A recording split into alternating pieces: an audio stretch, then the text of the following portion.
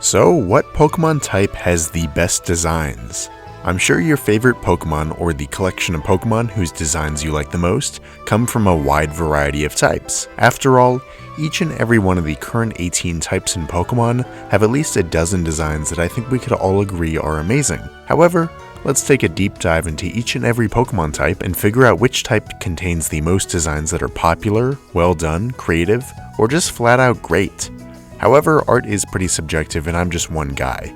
So I do want to acknowledge that this video and its outcome will of course reflect my own personal biases, but I am foremost trying to curate a ranking that reflects the community's general preferences. Most people don't consciously prefer one type over the other, at least I don't think so, but the point of us diving into each type's design tropes in order is to fully understand the appeals of certain Pokemon types in terms of designs, as well as their flaws, more so than just seeing which is the best in a tier list sort of way. That's not my style. I think examining each type individually before comparing it to others will yield very interesting results. For example, it's hard to say that Electric is the best Pokemon type for designs because people consciously think Electric as a type is inherently the best.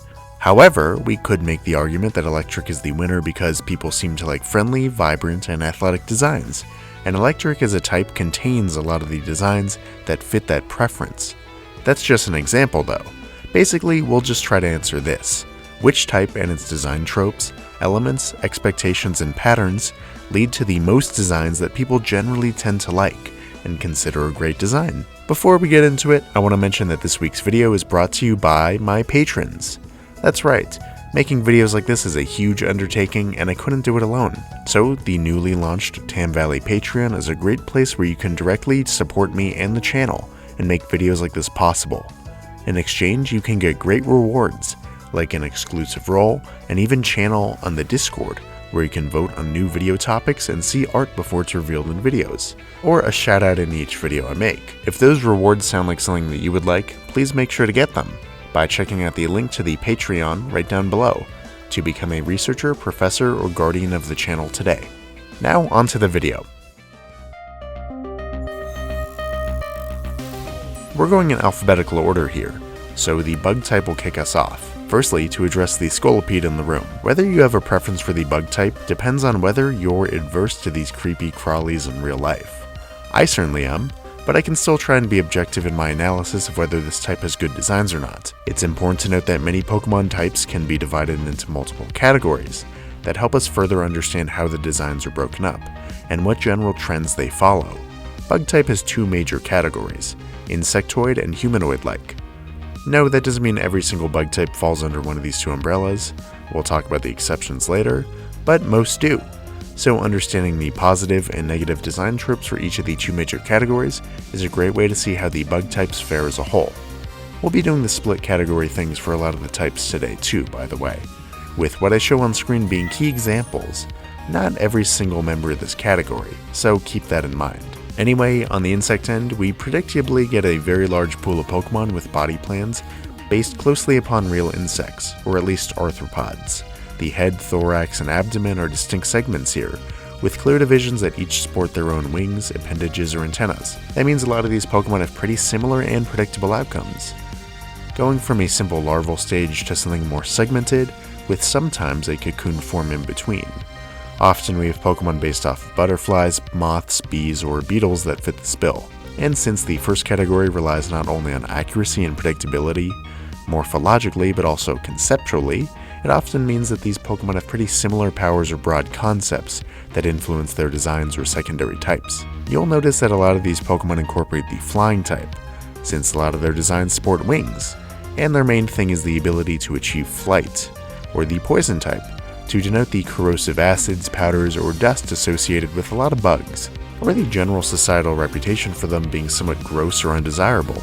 Because of that, I think it's easy for many of us to see the bug types in this category as a bit predictable, with their designs not doing much to stray from what we expect from bugs in real life, aside from exaggerating these segmented proportions or saturated colors. That's not to say all these insectoid ones are creatively bankrupt though. In recent generations, there have been extremely popular additions, because while they stick with the early root bug transformation trope, they feature wildly varied designs in terms of color and concept. The second category, however, provides even more room for creativity and design, I think. Because many of these designs incorporate humanoid elements, it makes for much more diverse pools of bug types. This is afforded by humanoid elements, letting them ditch the predictable wings and segmented bodies and simply incorporate arthropod or even invertebrate features in a more imaginative, hybrid way. Often the lack of rules concerning the Pokemon's anatomy or even evolutionary relationship through insect metamorphosis provides for very iconic designs. They can even come off as goofy, mysterious, or imposing. I also think it's interesting how we usually dislike human designs in most Pokemon because it looks uncanny. But that really isn't a thing with bug types. We love these humanoid bugs more so than the traditional ones. The uncanniness isn't there because we expect bugs to look different already. So it's always a treat to see how freaky or imaginative we can make something look while still having recognizable human attributes. Again, your mileage may vary depending on how much you generally like unsettling creatures in real life, along with how much you're willing to put up with a type that I think we can agree is either predictable and safe, or completely out there, with little room in between. Now right off the bat, this is a type that comes with some serious variation. That's because Dark as a type refers less to a Pokemon's physical composition or primary elemental abilities, but instead their personality. These guys are mean, underhanded, aggressive, and sneaky, all clearly defined personality traits that give them their powers. But still abstract enough that you can reasonably apply these emotions to any kind of creature out there. The Dark type surprisingly has a pretty even split of land animals, aquatic animals, humanoid, supernatural, and even object-inspired Pokemon, sometimes even plant-based life. All of these rely on the obvious purple, gray, or black coatings on their bodies, which I think a lot of people can find sleek and pleasing, because it makes the secondary accent colors pop out more and provides for some nice dynamic contrast. They also have sleeker or sharper features in most cases, like claws, ragged fur, or spikes, which some might find overly edgy, but a lot of people find perfectly intimidating and classically cool. I also think it's so cool how the body types and overall inspirations can pretty much be anything, but they provide for a very cohesive group unified by this strong emphasis on personality. Purely as a collection of designs, I think virtually every Dark type is successful, but I can see how this might not put them at the very top of the rankings, purely because these overly mean, smug, or evil Pokemon aren't for everyone. I mean, I looked it over and I can legitimately say that pretty much every single fully evolved Dark type has an expression that matches those personality traits that I just mentioned. So if a person prefers the wholesome bonds with their Pokemon, I can see how the Dark type can be off-putting. However, since this is a design video, I do have to put a higher emphasis on the very well executed physical traits of the designs over their personalities. Though that is a factor. Dark type will rank very high though. Yeah, this whole video was leading up to this. Dragon types are obviously the best. I'm just kidding. Though if you went into this video thinking dragons would automatically win, I can't exactly blame you. I mean, as kids we all thought dragon types were special, thanks to their rarity, role on champion or final gym leader teams, and their insane power levels pre-fairy type at least. I think in general those qualities that we deem as special are conveyed pretty well through design, with almost every single dragon type from generations 1 through 4 having a level of physical intimidation through wings, horns, musculature, or even just the sheer size and complexity of these designs, rivaling legendary Pokemon. Heck, most but not all of the dragons in this time span were either pseudo-legendaries or legendaries themselves. There is something very pleasing about a design that conveys a sense of importance that we're naturally drawn to, though it does present some issues in its own right. Firstly, I think this baked-in trope of the final form dragon type inevitably being a big, strong dragon really does a disservice to many of the basic and middle stage ones to this day. Many of them feel like a means to an end. They don't stand out much on their own, and they just exist out of obligation on the way to a must-have final form. A lot of these Pokemon feel incredibly generic and just like miniaturized versions of their final evolutions, even keeping the same features, colors, and expressions, just ever so slightly remixed into tweaked proportions. Pokemon kind of has an expectation, I think, of making pre-evolved Pokemon their own thing, with their own concept that gets iterated upon or at least subverted in a creative way upon evolution. That's what distinguishes it from other monster-catching franchises. You don't often just get small Pokemon turning into bigger versions of the Pokemon with the same concept, yet the Dragon type still does this pretty much the majority of the time with rare exceptions. There's also one more potential flaw that I see with the Dragon type: lack of variety. Obviously, the vast majority of these Pokemon are based off of reptilian, avian, scaly, and fierce dragons. Even the non-biological reptilians seem to retain the same emphasis on size, cooler colors, rigid or scaly bodies, and of course, intimidating or regal personalities. So that lack of variety is sorely present here, more so than pretty much any other type. Again, if I keep bringing up variety, it's because it's probably the most important part of a type being able to be considered the best. The more variety there is, the more likely it is that there is a Pokemon designed for everyone under a certain type, therefore making it the type with the most appealing overall designs for the fanbase, right? As we've laid out, variety hurts here a bit because the more iconic, special, and appealing dragons are pretty one note. Final stage avian reptilian with cold colors, a tough personality, and scaly bodies. Not a whole lot of variety, but to be fair, variety is the least important for dragon types, as no one would really hold anything against the dragon type for having designs that are mainly reptilian. But it doesn't hurt that the type is branching out for even more variety in recent generations. I'm a bit mixed on how to feel about the dragon type, but I'd say it's also a pretty high ranking, simply due to the best designs being so great that virtually everyone seems to love them. Electric is an interesting one, as there is a lot more in common between these designs than you might think. The majority of electric types have extremely cohesive looks, and honestly, lumped together in a big group photo, they have the most visual homogeneity. This might include extreme boldness in terms of their shapes, which includes a whole lot of spikes and sharp elements, extreme contrast with typical colors of black, white, yellow, and navy blue. Usually electric types have some sort of contrasting lightning pattern, stripes or spots in their body. And in terms of overall feel, I kinda realized that electric types by and large feel very fun and athletic. Their designs really convey their speed or their ability to attack with a degree of quickness. That overall energy in their personality also comes about through either a strong and commanding personality, like these guys know that they're powerful and they almost seem imposing because of it, or a very fun and cute personality, helped by many of the Pikachu clones and even other Pokemon that kind of translate their elemental energy into something lively and expressive. So that's a massive point in their favor, because I think we all like Pokemon that we can relate to, and get a sense of memorability from. When you interact with an electric type, you won't really feel like you forget how they move, fight, or express themselves. To me, the electric types often feel like the most Pokemon of all Pokemon types, if that makes sense. Sure, part of that is that they have the series mascot and several other very iconic Pokemon in here, but I do think electric types, both due to their exaggerated personalities and the aforementioned visual elements, can often feel very unnatural and abstract.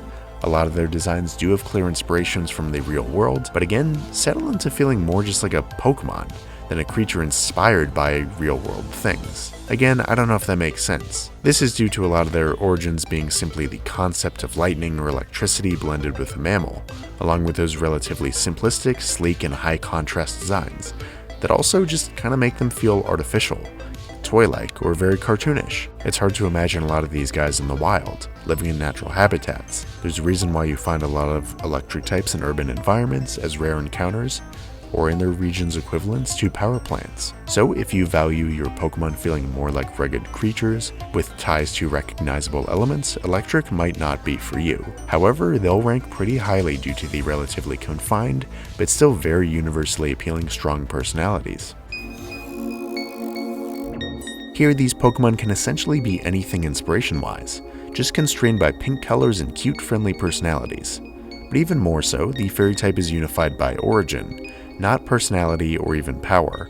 They aren't all just humanoid pixies or literal fairies either. The fairy type is more like the magic or fantasy type. So a lot of these Pokemon incorporate flowers, ribbons, or overall pink sparkly elements to their designs.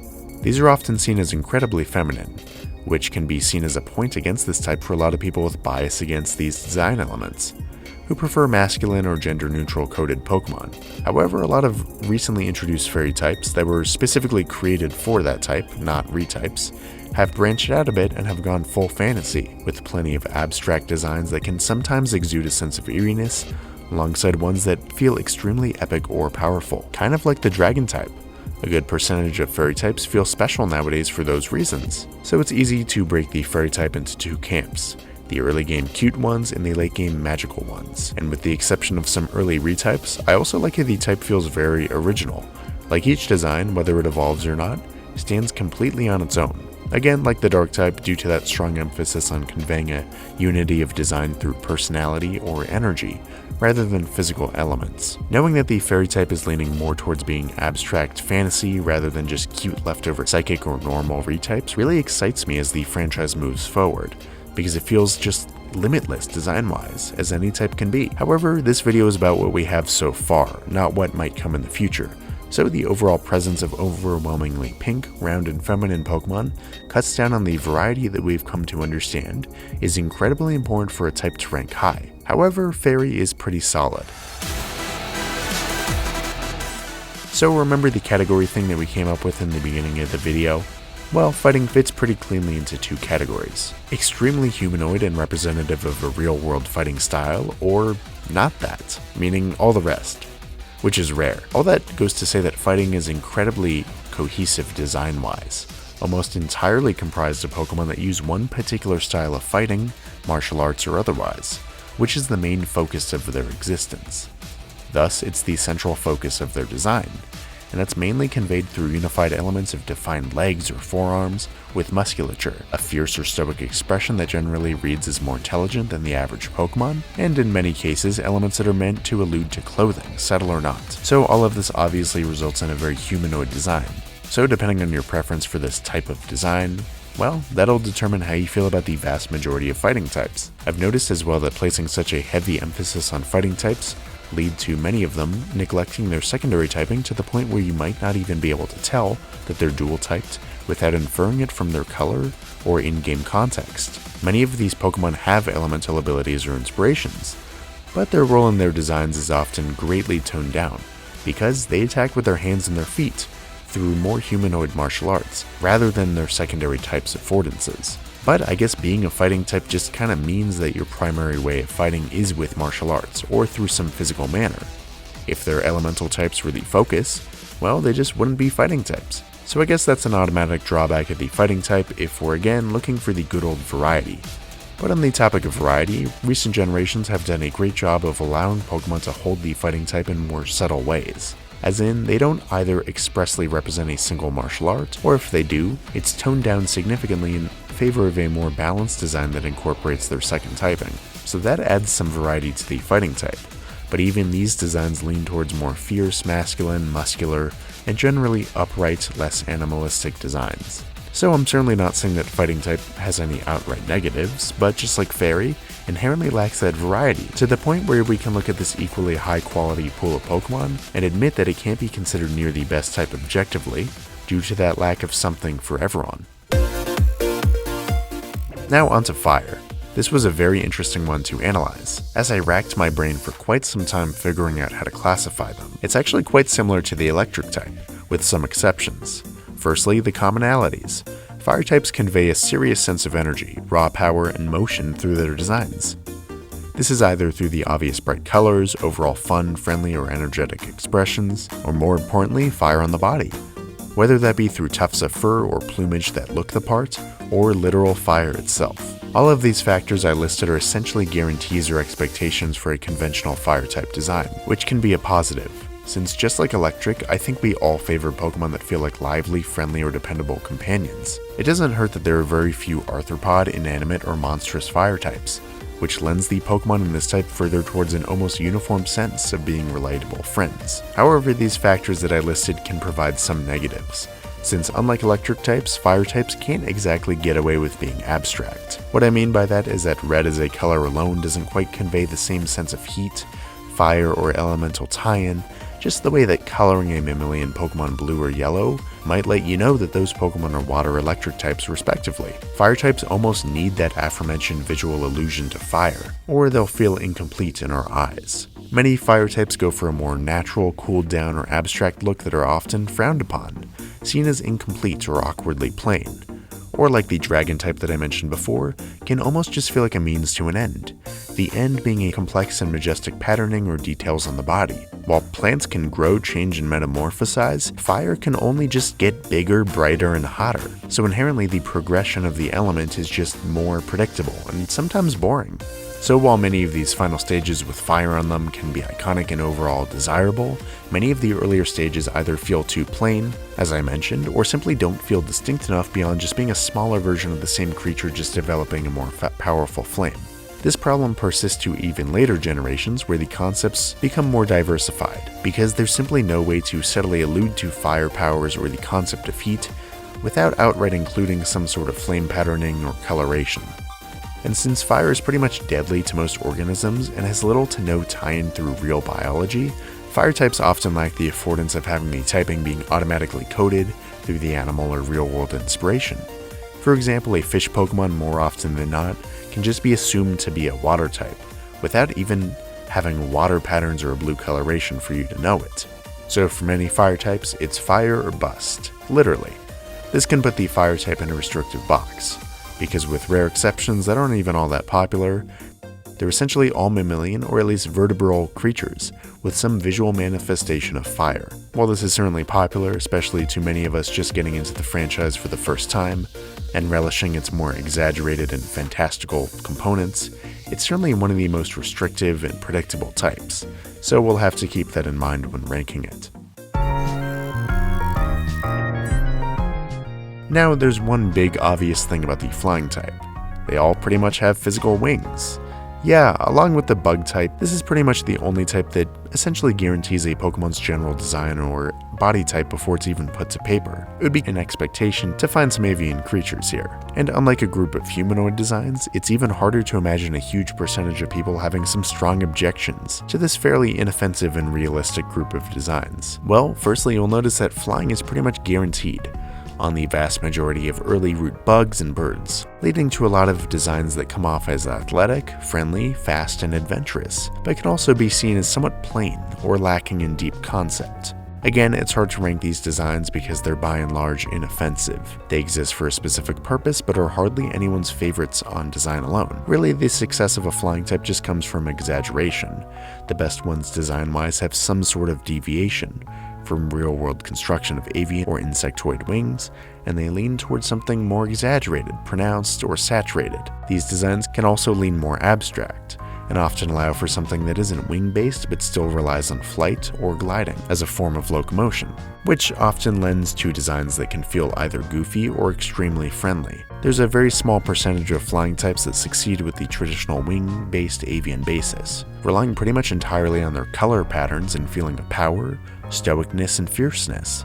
The same reason we revere birds of prey in real life. I also realize that a lot of the iconic flying types that we revere get their preferred design elements from their secondary types, most notably in the case of iconic dragon-based Pokemon. So while their ability to fly and sleek wing designs are often a complementary element to why we like them, it's obvious that it isn't a primary factor in most cases. And, just like real-life birds, the vast majority of flying types are either a bit too tame in personality, color, inspiration, or body type, which I don't think we can honestly say is anyone's favorite. With very few extreme standouts, but pretty much no total misfires on a straightforward blueprint, it's safe to say that flying is right in the middle of the pack.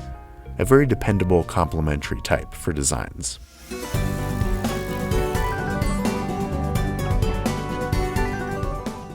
I'll say it right now, as I've said in many other videos, Ghost is definitely my favorite type, so I'll have to do my best to curb my own personal biases here.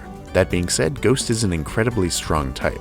Foremost, we can attribute that to the typing's relative broadness, both in terms of physical design and personality. Pokemon, from the very beginning, has done a very fantastic job of not making the Ghost type as a signifier of exclusively possessed inanimate objects, fantasy spirits, or straight up reawakened ghouls or actual ghosts. Rather, the type is an incredibly healthy mix of all these things, to the point where we can't even say Ghost type has one primary personality type, like Fire or Electric's energeticness, Dark's maliciousness, or the Fairy type's cuteness.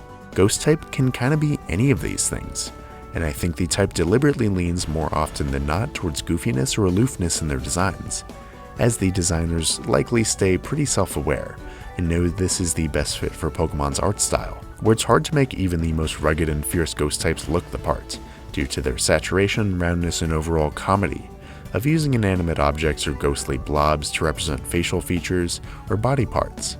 I also love how the Ghost types use these objects in a smart way and are never just a pair of eyes slapped onto an object. They always find clever ways to integrate the inspirational object's details into the Pokemon's expression seamlessly, which I think makes for some of the most unpredictable and appealing faces in the entire franchise, which is saying a lot, considering half these are not faces in the true sense. The Ghost type's embrace of all sorts of spirits also means that the type feels truly limitless and unpredictable when it comes to new designs.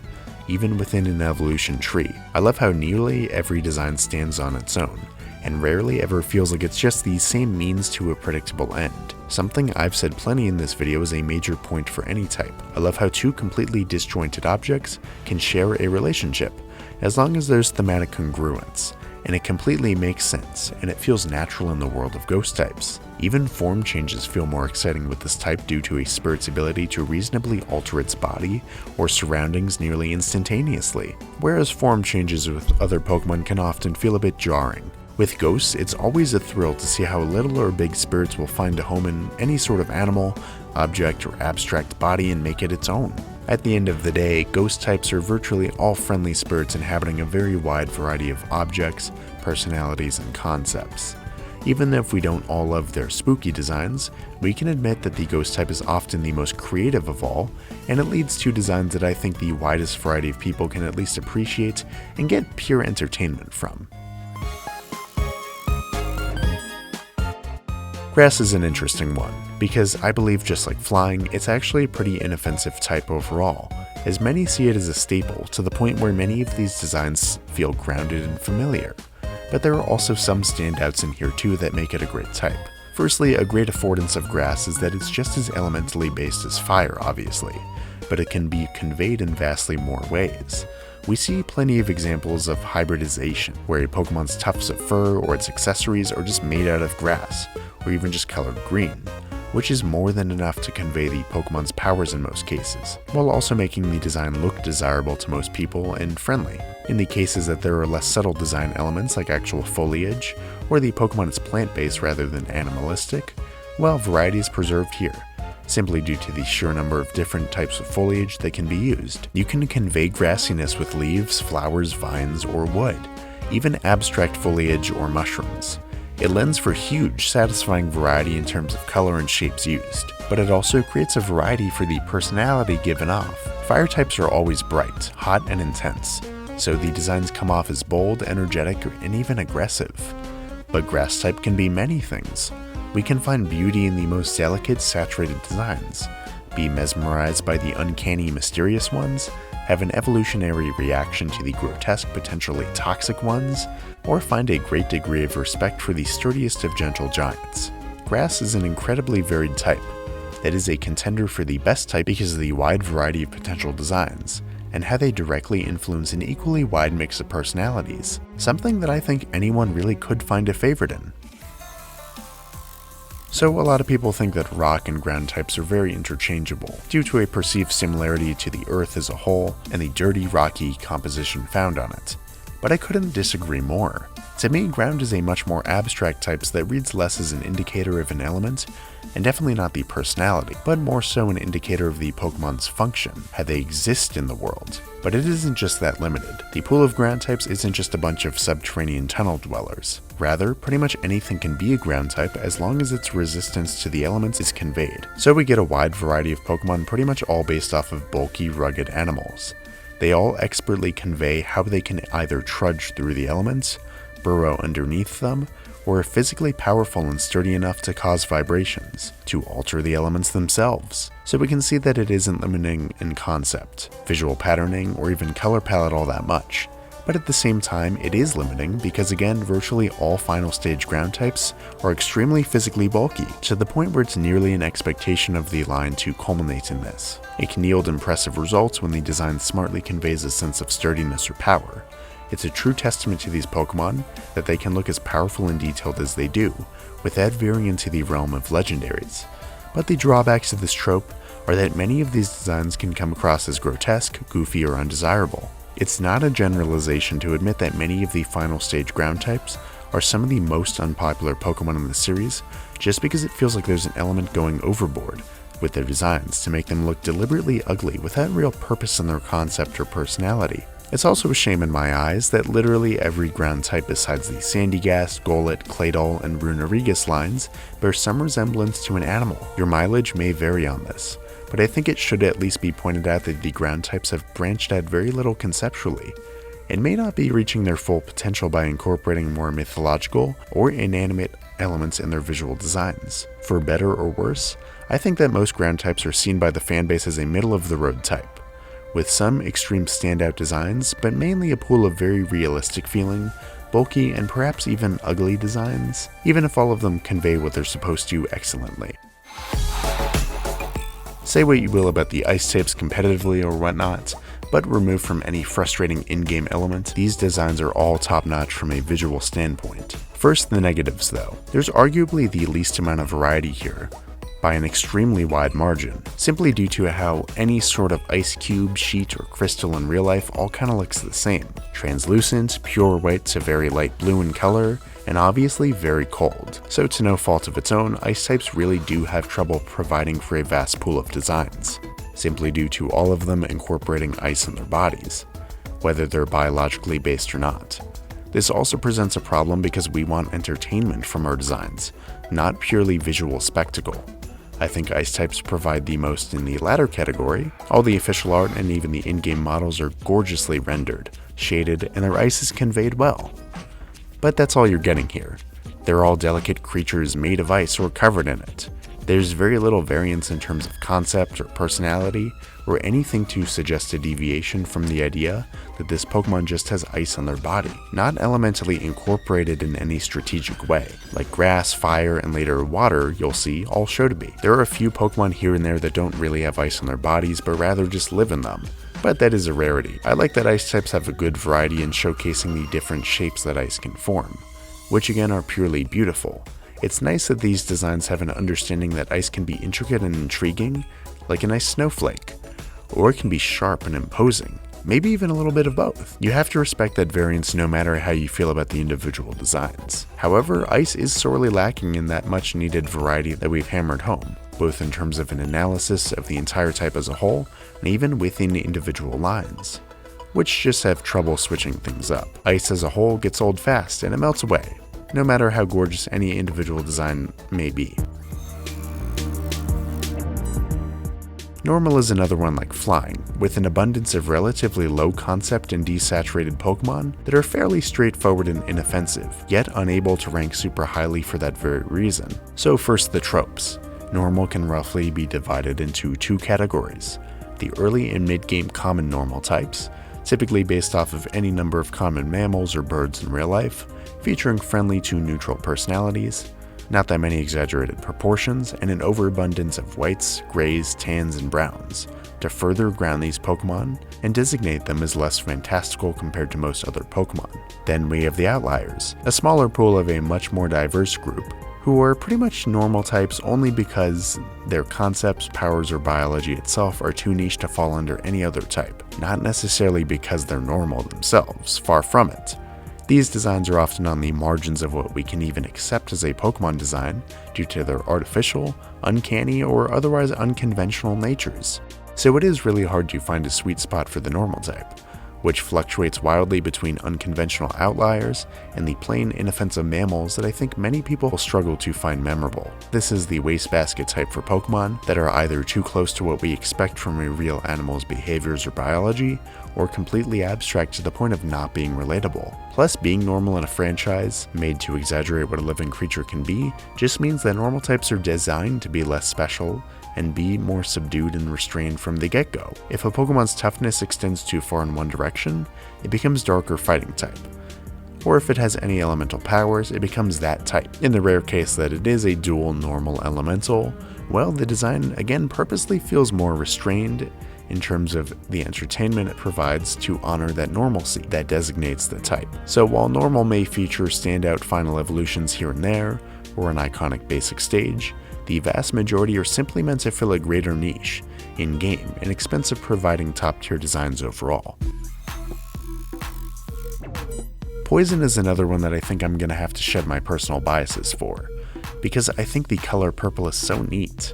Regardless, there's no denying that Poison is a strong type.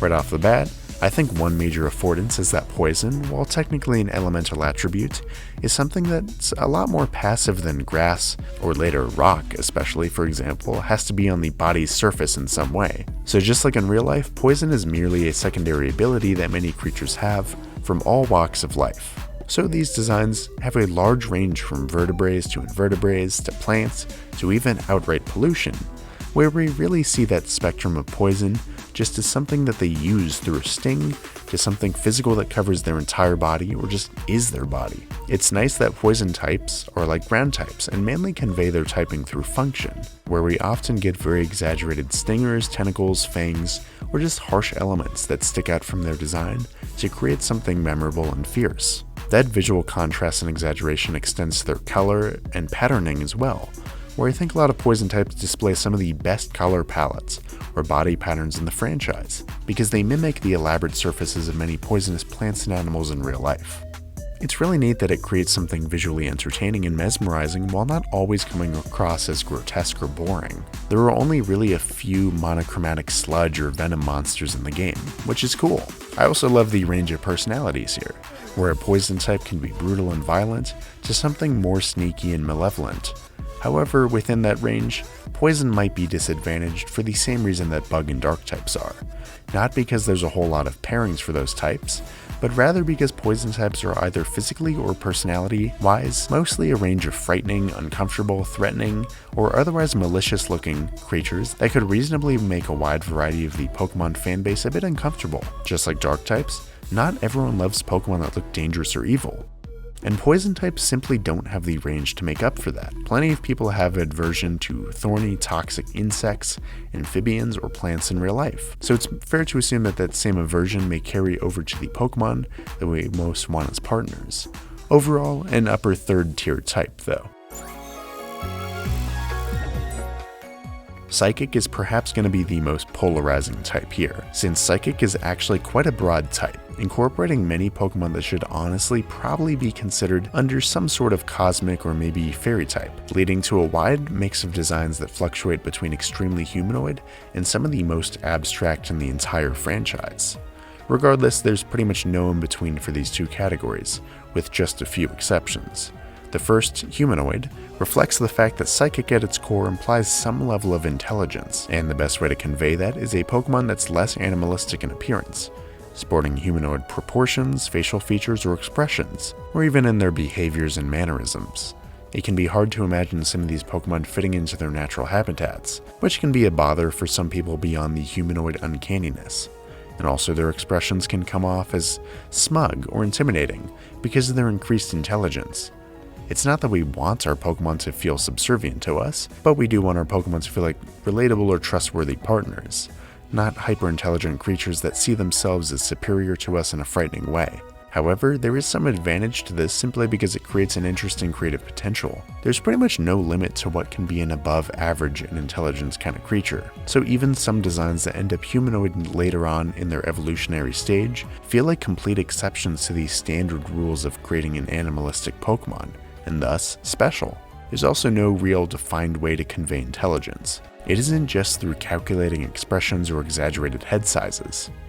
It really varies from Pokemon to Pokemon, creating interesting potential for patterns and colors. Psychic can also run the opposite way and give us some of the most abstract and simplified designs in the whole franchise. Many of these basic stages give us that much needed cute factor to balance out the negative aspects of the humanoid designs that I mentioned above, even if it is dampened a bit because Psychic types almost always follow a progression of turning from simple to humanoid. So Psychic really is middle of the road in terms of variety, due to the sheer number and variances of concepts, due to the cosmic, magical, and IQ paths that a design can take, but with some of the single most standout designs in the entire franchise. Overall, hard to rank.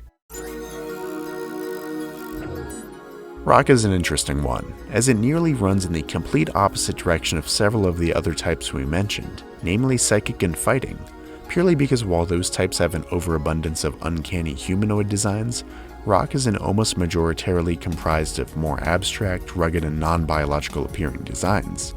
That's the first major category of this type, while the second is those who use rock in a more subtle way like a tough hide or an armor. Many of the designs in the first category are simply repetitive, taking the shapes of rocks as they appear in the real world and having little creative alteration, sometimes not even offering enough to suggest the Pokemon's behavior, emotions, or modes of survival. It can feel a bit hard to relate to, and offer many of the same colors and textures over and over again. However, the straightforward appearance of a rock is so opposite to what we expect from biological life that it provides neat contrast in a somewhat interesting way in some cases, but that has to be paired with an animal in a logical and creative manner, like using a rock as a shell. However, the overall ruggedness, very consistently brown coloring on the whole body, and round or square shapes of these designs doesn't leave the accentuated and more exaggerated features that make for memorable designs in other types. There's nothing that really jumps out from these rock designs, except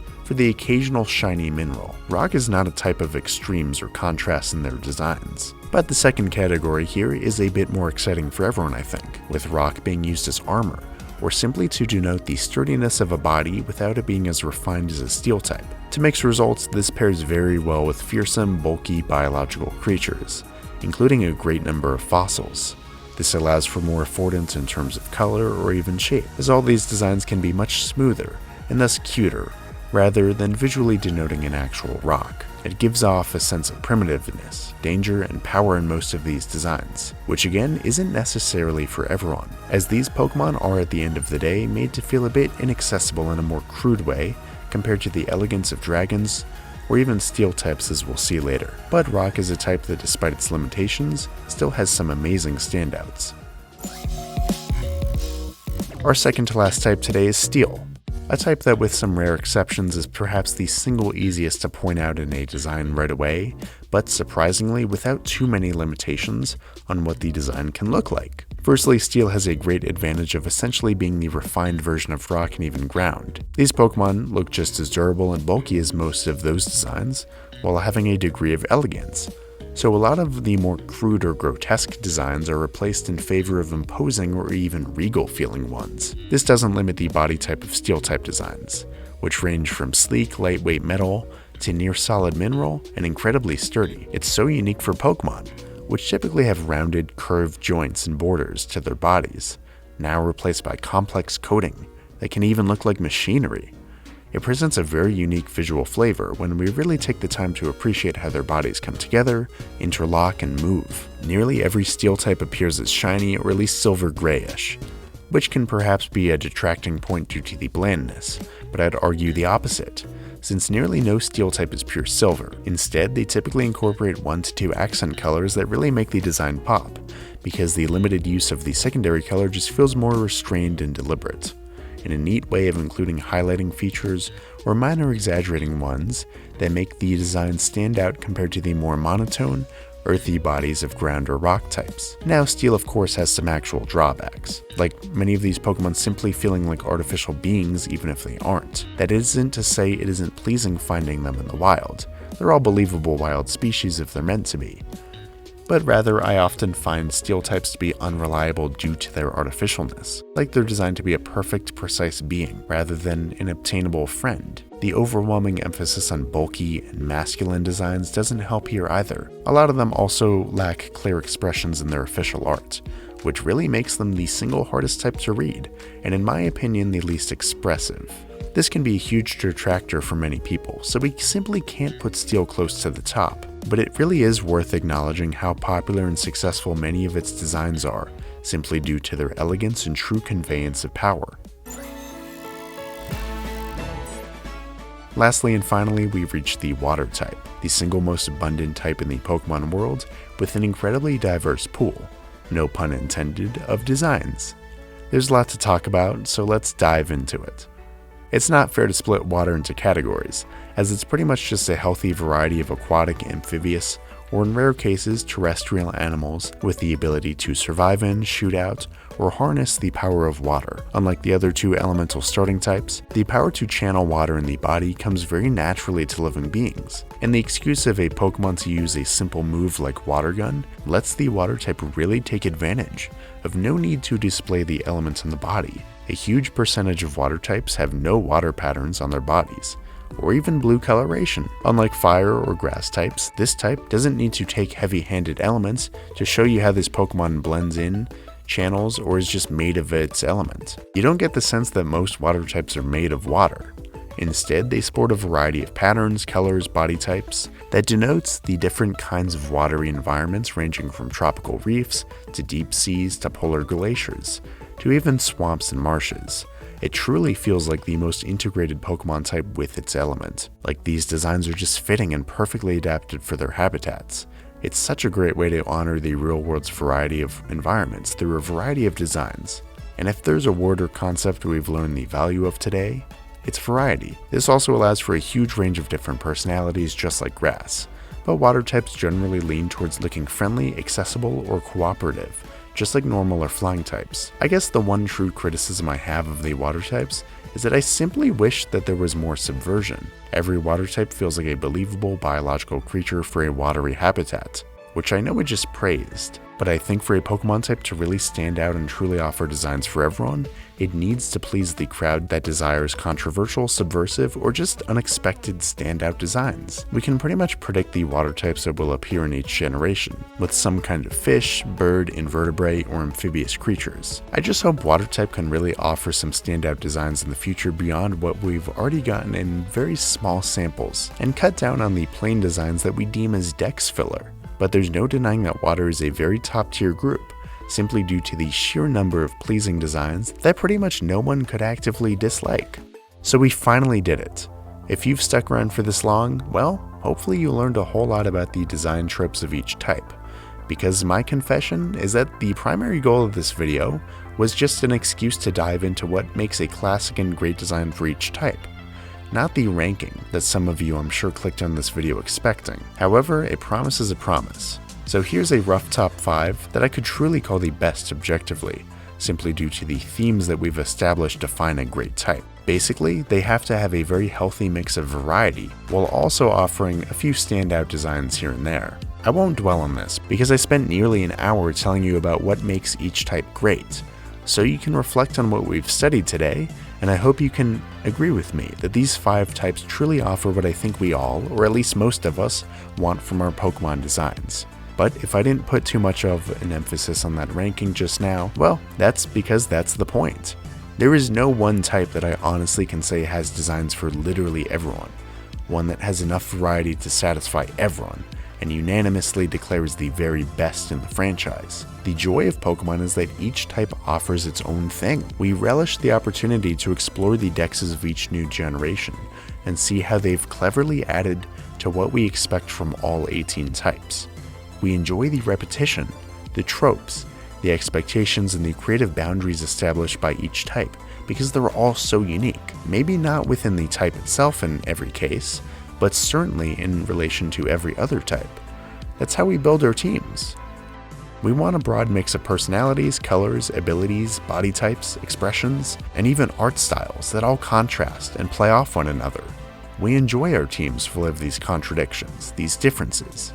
If you want my truly honest answer, there is no one type that's best for everyone, because the beauty of Pokemon is for everyone to enjoy a little bit, the best of each type. To truly understand the differences between each and every Pokemon type is to see the full rainbow, and once you step back, it's beautiful. So regardless of what you learned about each Pokemon type, whether this analysis made you declare a clear best one, or if your perspective got a little more muddled, I hope you can at least come away with the rich visual tropes and decisions that make each type truly unique. I really enjoyed putting together this video. It was a long time coming, and it's no exaggeration to say that it was months in the making. I hope you enjoyed it all as well, and if you like what I talk about on this channel, including very long form videos like this, of which I have several planned for the rest of the fall, I'd be eternally grateful if you showed your support on the Tam Valley Patreon. Again, it's a platform that will directly help me and the channel grow in so many ways. I offer tons of cool rewards at every level, so if you think you could spare a couple dollars each month, I would truly appreciate it. But I do regardless, and I can't tell you how excited I am to keep putting out fresh content for you as this channel grows. Thanks for watching, and I'll see you next time for more content.